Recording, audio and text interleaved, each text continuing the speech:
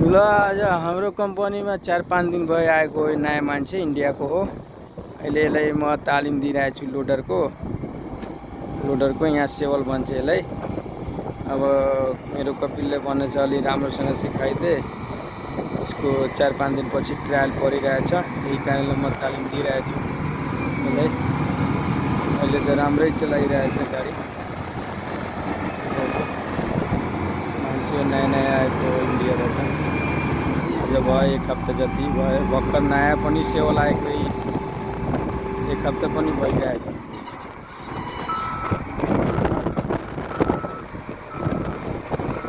चलाउन त ठिकै भयो, सिक्लियो छ राम्रैसँग अलिअलि। अब यसले सिकाइदिने राम्रोसँग। अब ट्रायल नगरेर फेरि भयो भने गाह्रो हुन्छ, फेरि कति बिसाउँछ हाम्रो।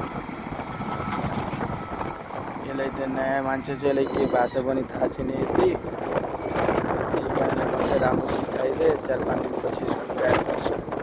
ट्रायल तब पछि यसको आरामले बन्छ।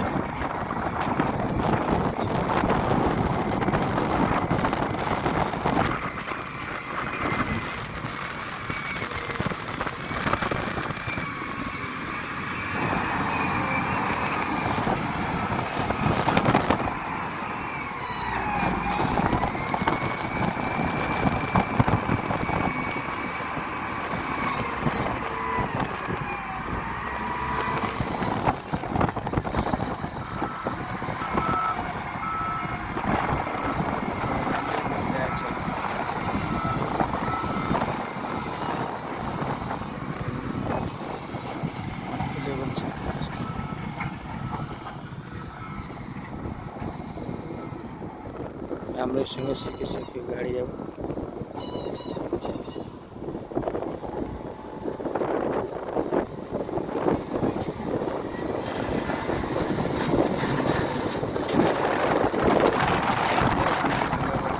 थाहा भयो यसलाई। अब सबै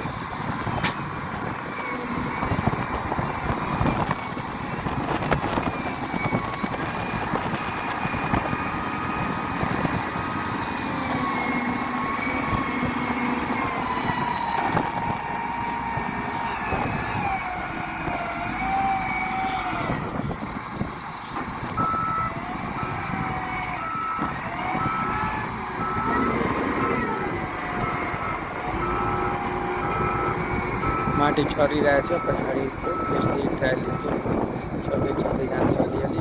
पछि गएर यो माटो अब चापै